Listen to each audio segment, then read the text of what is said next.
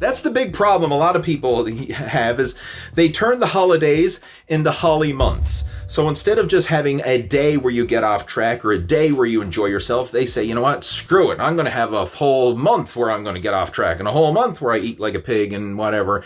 And then the justification is, well, I'll start again in January, right? I'm just going to eat whatever the heck I want over the holidays. And if I gain weight, so be it. Who cares? But come January, gosh darn it, then I'm going to get it on the bandwagon and I'm going to lose all that weight. I'm going to get in shape come January.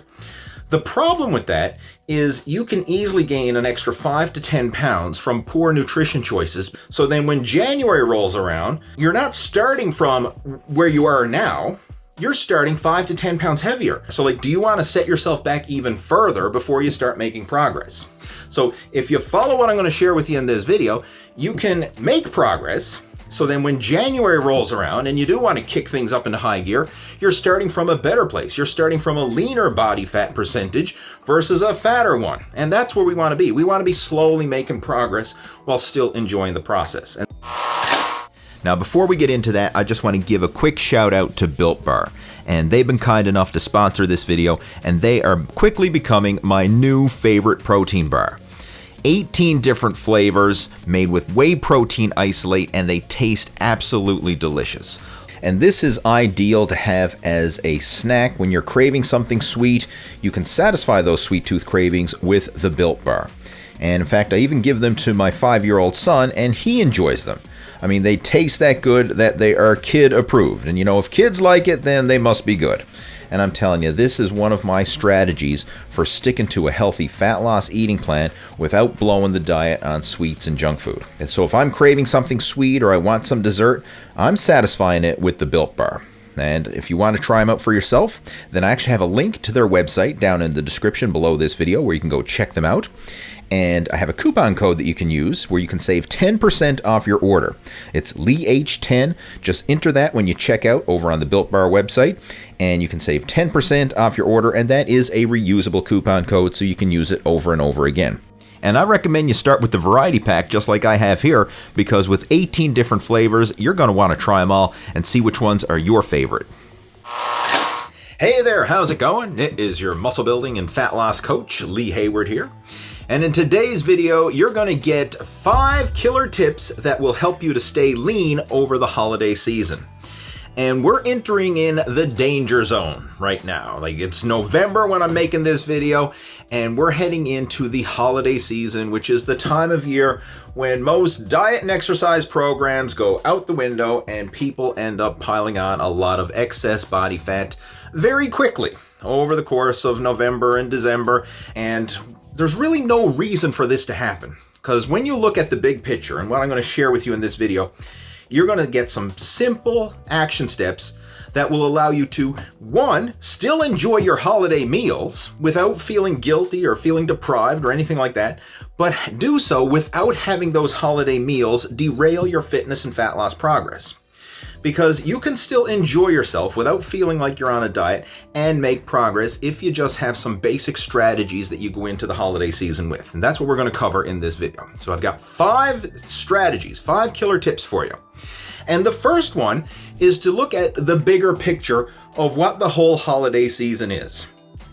So to help you get a bigger perspective of this, let's just zoom out and look at the big picture of what the holidays really are. I mean, for most people, it comprises of 2 months. We got November and December. Now, if you're a Canadian, then you may have 3 months, right? We have October, November, and December. That is if you're factoring in Canadian Thanksgiving. But either way, it's not that big of a time span. In reality, it's only a handful of cheat days over the course of 3 months, which is not that much in the greater scheme of things. I mean, when you break it down, we have October, you have Halloween, right? And of course, if you are a Canadian, then you have Thanksgiving in there, right? So we have Thanksgiving, we have Halloween. So that's 2 cheat days in October. In November, we've got Thanksgiving for the US, and so that's another cheat day. Now, in December, this is where it can get a bit out of control because we have a bunch of cheat days in there. I mean, obviously, you've got Christmas Eve, you've got Christmas Day, you've got New Year's Eve, but chances are you probably also have a Christmas party or two thrown in there. maybe they're social events, maybe they're, work Christmas parties or part of some groups or whatever that you're a part of. Some sort of social event. It's quite common to have that. So that's another social get together.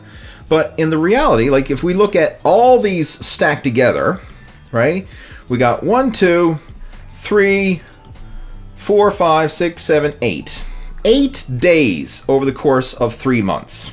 So when you look at this in the bigger perspective, we have 8 cheat days out of 92 days. That's not a lot.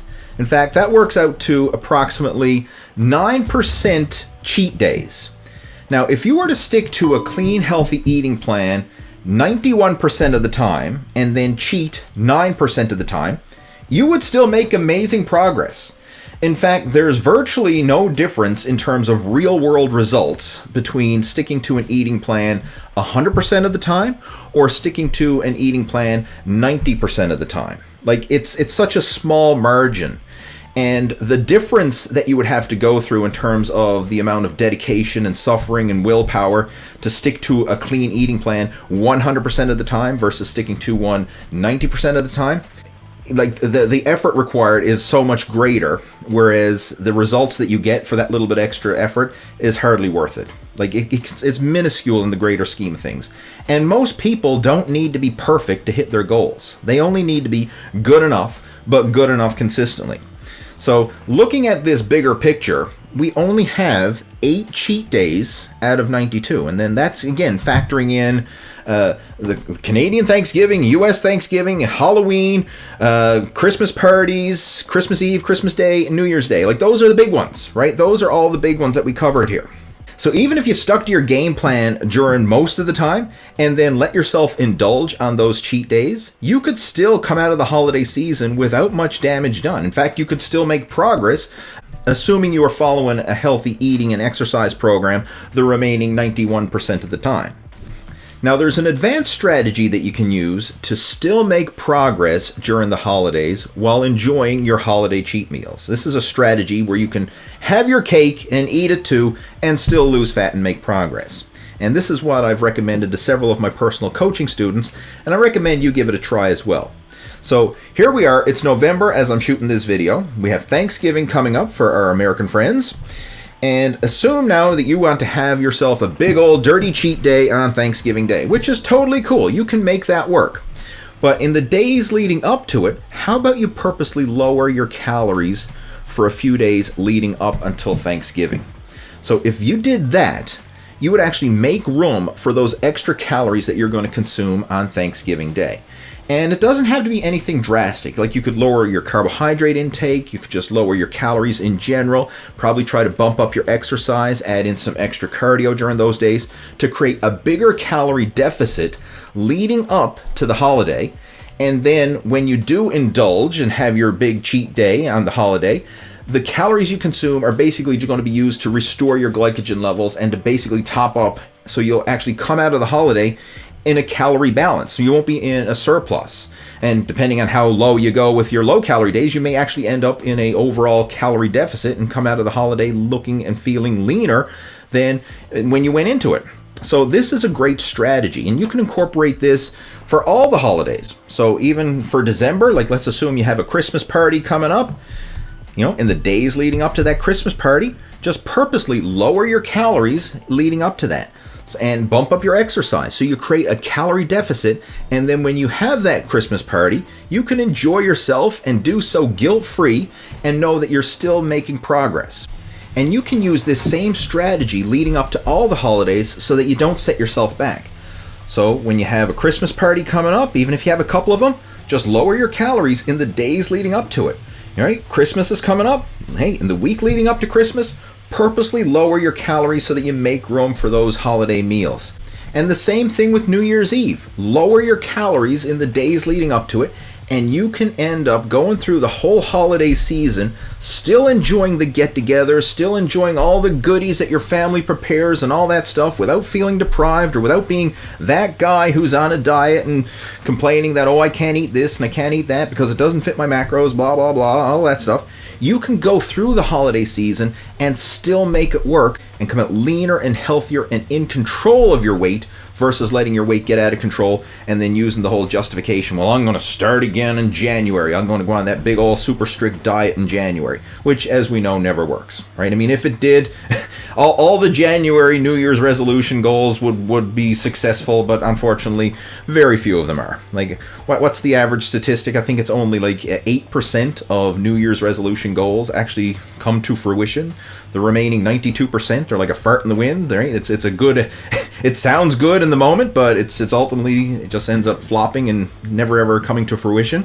So these are some real world strategies that you can use to actually make your fitness and fat loss goals a reality and enjoy the process. Now, when it comes to the actual holidays themselves, so let's just say Thanksgiving Day, you're going to have dinner with the family, and you know full well you're going to indulge, right? You're going to have the turkey, you're going to have the dressing and the gravy and the pumpkin pie and whatever, baked goods that your family's put together for you. You're going to indulge in it all. And you know what? I encourage you to indulge in it all. But there's a few little strategies that you can use to help tip the scale in favor of minimum fat gain and maximum nutrient utilization of those foods. So one that I like to do, if possible, try and get in a good workout before your holiday meal. Now, this could be a cardio workout, it could be a weight training workout, could be a combination of both, but try and get in a good workout beforehand so that, one, you're depleting your glycogen stores, you're breaking down some muscle tissue, and then when you have those foods and you're eating a calorie surplus, it's more likely that that food will be utilized for recovery and growth rather than just getting stored as excess body fat. Now, if you do have a big enough calorie surplus, some of it's going to get used for excess body fat. Like, that's just a given. But you need to look at the big picture, right? We're trying to minimize the damage here, and having a good workout beforehand will help to minimize the damage. Another little plus as well is very often a good workout can actually be appetite suppressing. Sometimes when I do a hard workout, it actually, as weird as it is, sometimes it'll actually curb your appetite a bit. So it may take the edge off your hunger to a certain degree and make you not want to eat as much. It's kind of weird how that works. Like, you think it would be the opposite, but I have often found, like, sometimes when I go for a hard bike ride or I do a hard weight training session, I'm not always super hungry afterwards. Right? Sometimes it takes a while for the body to settle down and for my appetite to kick back in again. So as strange as it is, sometimes exercise has a bit of an appetite suppressing effect as well. So that's another little plus. Another strategy that you can use, and this will go a long way towards minimizing the damage done when you do indulge in a cheat meal / holiday meal, is always start with protein and vegetables first. Now, there's a couple different ways to go about this. Like, if you're out to a family dinner and you know that there's probably going to be a buffet type of setting, or a potluck type of setting where, hey, someone's going to have different food options. Like, there's probably going to be some salad there, there's probably going to be some lean protein there, and there's also going to be some of the fattening foods there as well, right? The plum puddings and the dressing and the gravy and the pumpkin pies and the baked goods and mashed potatoes and whatever. Like, there's going to be a bit of everything. If you have the option to start with some lean protein and veggies, do so first, especially the veggies. Veggies are really good. So, like, one strategy that I always use whenever I go out to a restaurant or if I'm at a family get together and it's available, I always start with a large garden salad. And this is like my appetizer. I want to fill my belly on that high volume food. So like a big, large garden salad to get that, the green goodness of the veggies in there. And it also helps to take the edge off my hunger. So then when I do start eating some of the not so good foods afterwards, my belly's already pretty full and the edge is taken off my hunger. So I will get satisfied with less of the not so good foods. Versus if you start eating the high calorie dense foods when you're famished and you're hungry and your belly's rumbling, you can eat a lot more of those foods before your brain and belly link up to tell you that you're actually full. Because it takes 20 minutes for your stomach to send the signal to your brain to say, hey, stop eating, dude, you're full. And in that 20 minutes, you can do a lot of damage, especially if you're a fast eater and you start eating the high calorie dense foods first. Whereas if you pace yourself and you start off with the low calorie dense foods first, again, like a nice large garden salad, and take your time and enjoy it and eat it. And then once that's gone, then go and have your plate of turkey and potatoes and dressing and gravy and whatever else you want to have, but you'll be able to satisfy your hunger, get that taken care of with much fewer calories, much smaller portions by the time you feel satisfied. And I use this strategy all the time whenever I'm having a cheat meal.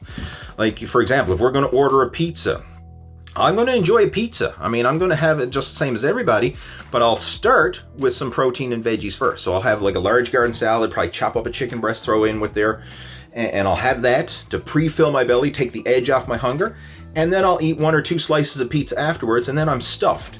Whereas if I had started with the pizza first, I could probably slam back 5, 6, 7 slices, depending on how hungry I am, before I'm full. Whereas pre-filling with the protein and veg first, I get 1 or 2 slices of pizza and I'm satisfied. I still got the pizza craving taken care of, and I don't feel deprived.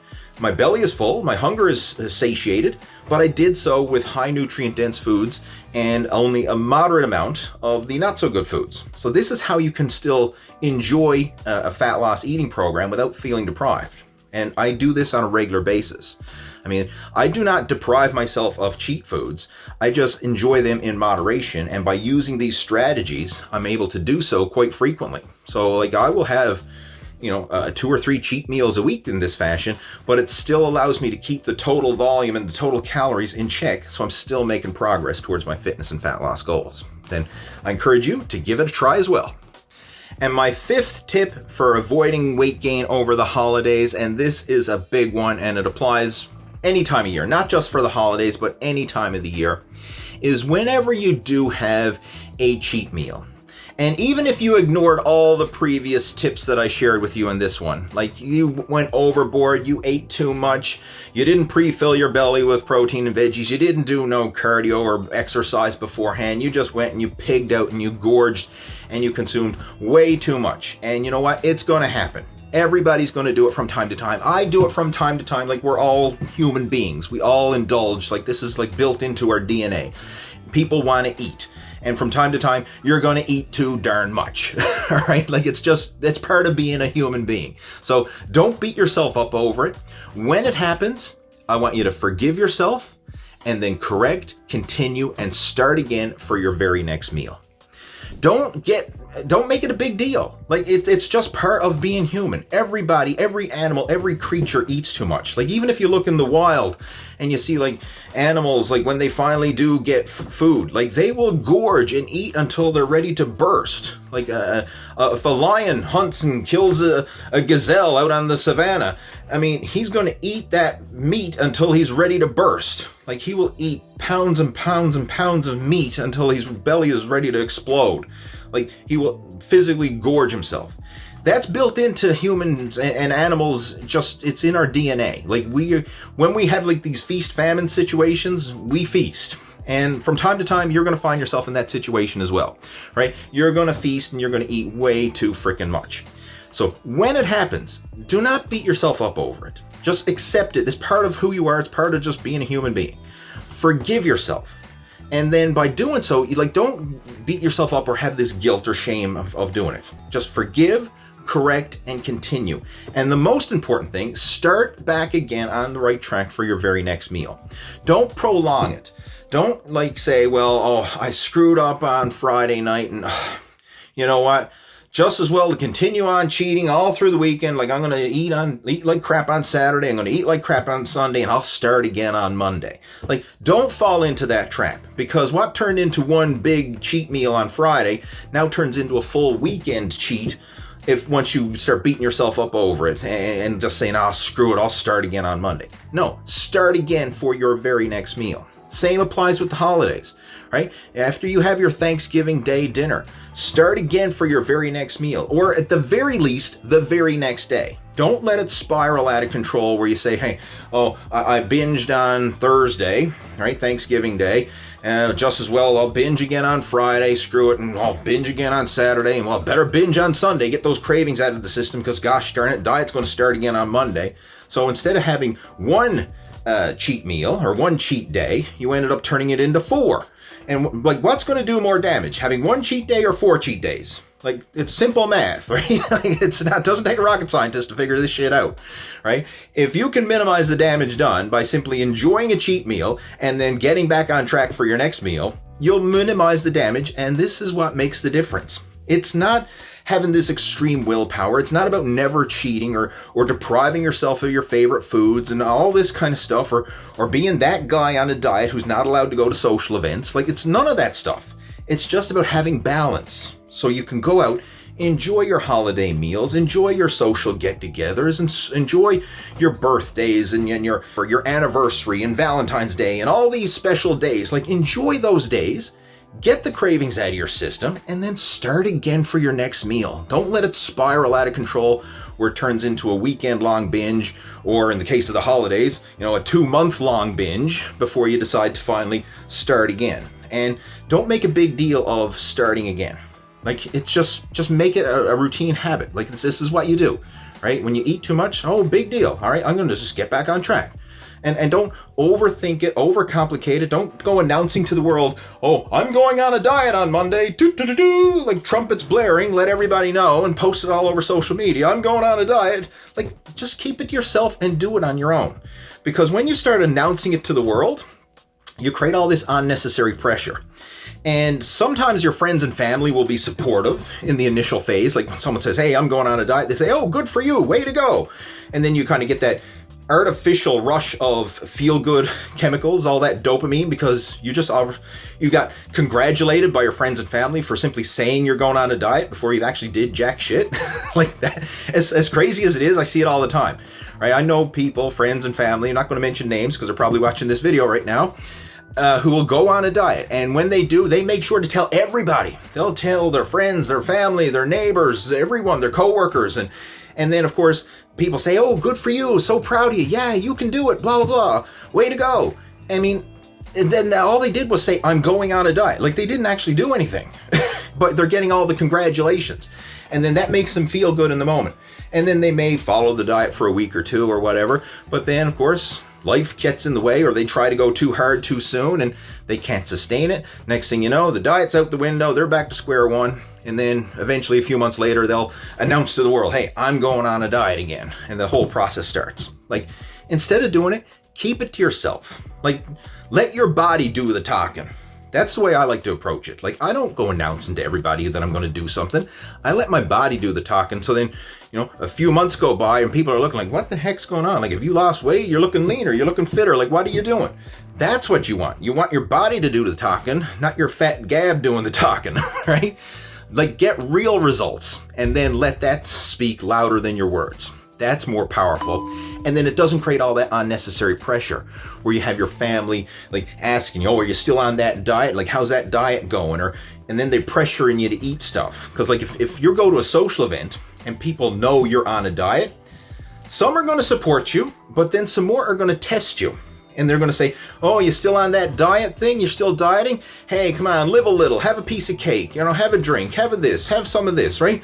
Oh, you can't do that diet thing forever, blah, blah, blah. Like, what are you on a diet for? And they'll kind of like self-sabotage you or peer pressure you, because it's kind of like human nature that if they see someone else who's trying to improve themselves, instead of trying to raise themselves up to that standard, it's easier to pull the other person back down. So when you say you're going on a diet, instead of them saying, you know what, hey, I'm going to go on a diet with you, it's easier for them to say, you know what, no, you're not. You're not going on a diet. I'm going to pull you back down, right? I'm going to tempt you. I'm going to see if you'll eat this piece of cake. I'm going to see if you'll eat this pizza. I'm going to see if you'll drink this booze or whatever. And then you get all that peer pressure from friends and family sometimes. I mean, it's weird how it works, right? Because they may support you initially, but then after a little while, then they'll start to tempt you and see if they can pull you back down. And the easiest way to avoid all that stuff to begin with is just keep it to yourself. Like, the only people you need to share it with are people who are really close to you, obviously, like your husband or your wife or someone, boyfriend, girlfriend. Like, if you're in a close situation like that, obviously you got to tell that person. And then if you're working with a coach, then obviously keep open flow of communication with the coach. But don't go telling everybody. Don't go posting it all over social media, and don't go announcing it to your friends, family, and coworkers, unless that person is someone who's close to you and your family. Again, someone you live with, who's helping you to prepare your meals. Obviously, that's someone who needs to know. But other than that, keep it on the down low and let your body do the talking versus you trying to announce to the world that you're on a diet in advance, right? That's usually a recipe for self-sabotage.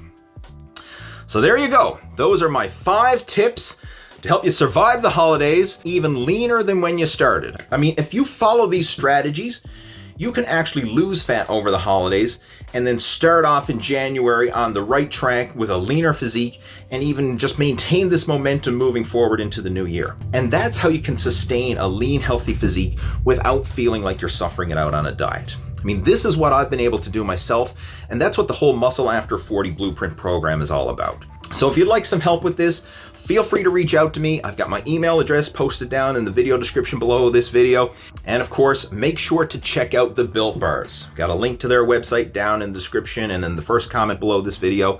Check them out and take advantage of the coupon code there, LEEH10, where you can save 10% off your order. And that is a great strategy to use anytime you have some sweet tooth cravings and you want to satisfy them with a healthy option. The Built Bars are the way to go. I mean, I use them myself, and this is a staple in my eating plan, and this helps to satisfy my candy bar and sweet tooth cravings without blowing the diet. So, I mean, these are little hacks that you can use to make the process so much more easy and enjoyable to follow along with. All right, so again, hopefully you found the video helpful. If you haven't already done so, make sure to subscribe to the Total Fitness Bodybuilding YouTube channel because I got a lot more videos heading your way, and I will talk to you in the next one. Take care, over and out.